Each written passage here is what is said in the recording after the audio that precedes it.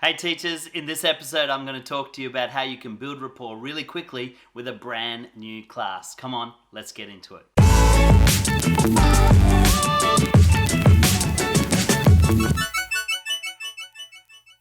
Alright, in this episode I'm going to look at 5 ways that you can build rapport really quickly with a brand new class. I know many of you are starting a new year in a couple of weeks. You're going to be meeting new students for the first time, and one of the keys is being able to build rapport really quickly. These tips will also apply to relief teachers or substitute teachers who have very short amounts of time to build rapport and be able to get on side with the students. So, here we go. Before I get into them, don't forget to subscribe or follow, depending on what channel you're watching on, and share it with somebody that you think would enjoy this podcast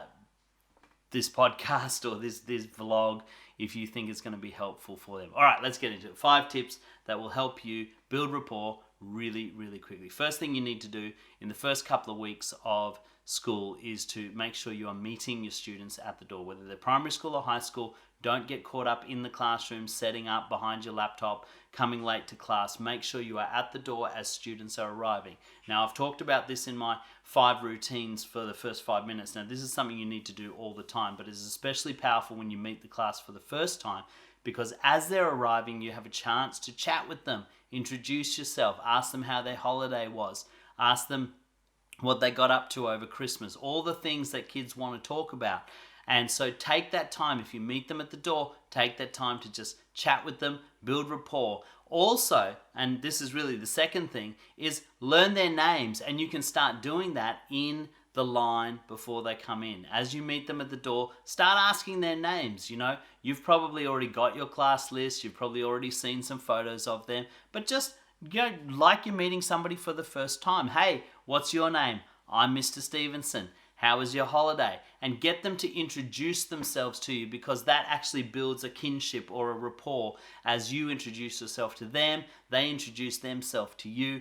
It breaks the tension. It allows them to relax. It allows them to see you as normal and human. The third thing, so the first one was meet them at the door, spend time getting to know them. Second thing was learn their names very quickly.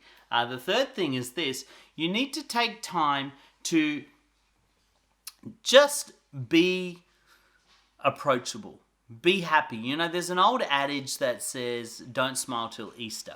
Some of you might have heard this, and this is an old style teaching tip that basically said you need to be stern, you need to be strict until Easter. For the first term, don't let them see you smile. Well, I totally disagree with that adage, and I'll tell you why. Because smiles make people relax.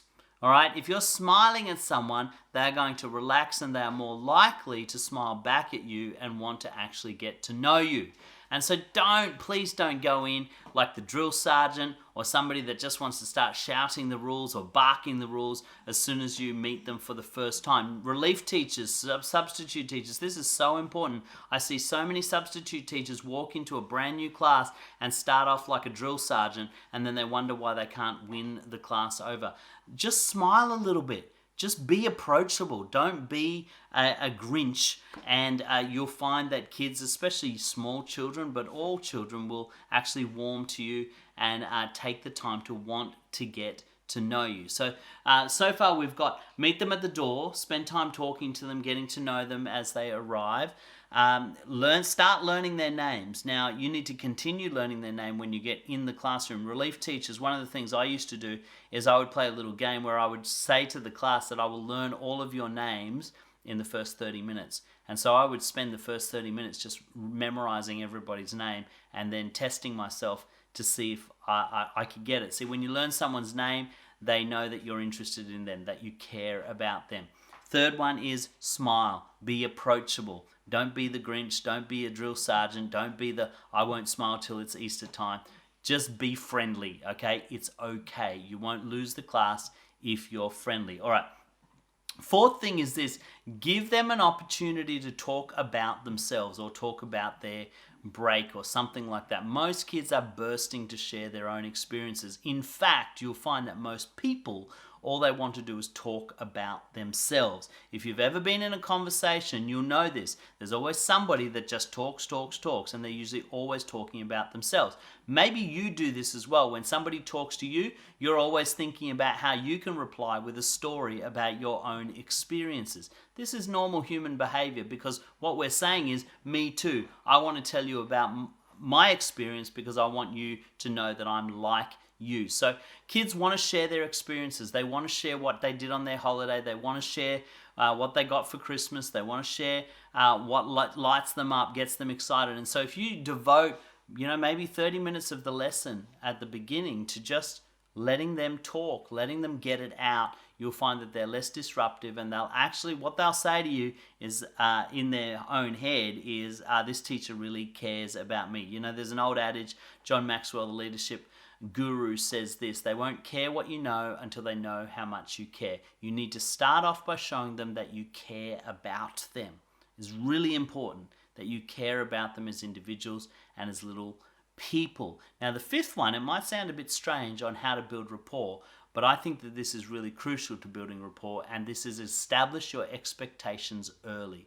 Now, you've got to be able to do this in a way that is not confrontational, that's not aggressive, that's not in their face, but you need to be able to clearly communicate the boundaries of interaction, because what you'll find is that in an early environment of a classroom is everybody's talking, everybody wants to say their piece, everybody has a different idea of what good behavior looks like. Now, if you don't communicate your expectations early on, what will happen is you'll be fighting against a myriad of different expectations, and that produces chaos. Well, when there's chaos in the classroom, you as the teacher is going to get stressed. You're more likely to get cross, or more likely to start telling children off straight away. You don't want to do that, because that's going to break relationship. So the way you can avoid it is establish your expectations early.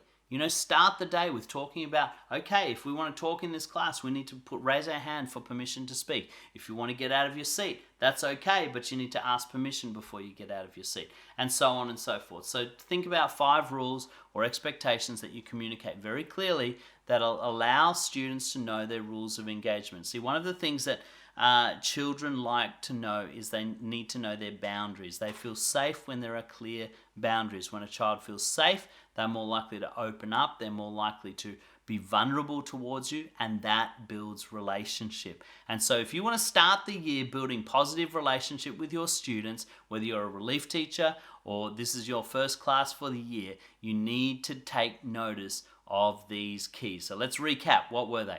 The first thing was meet them at the door. Spend time chatting with them, letting them tell you about their holiday, tell them about your holiday. Second thing is start learning their names early on, and make sure you learn their names as quickly as possible. Third thing is be approachable. Smile a little bit. Don't be the drill sergeant. Don't be aggressive. Start off by being kind and approachable. The fourth thing is give them time to share about themselves. Let them talk about what they experienced over the year and share with their peers. And the fifth thing is establish your expectations early. Do it in a way that is friendly, approachable, but very firm and very clear, so that everybody knows where they stand, and they will be less likely to act up. You'll be less stressed, and you'll be able to build positive relationship with your students. So that's my 5 tips for building relationship with a brand new class, whether you're a relief teacher or starting your new class for the first year.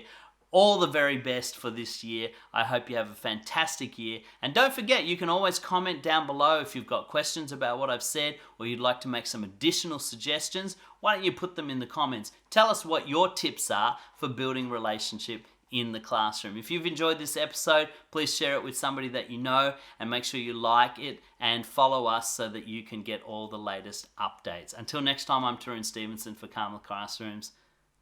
Take care.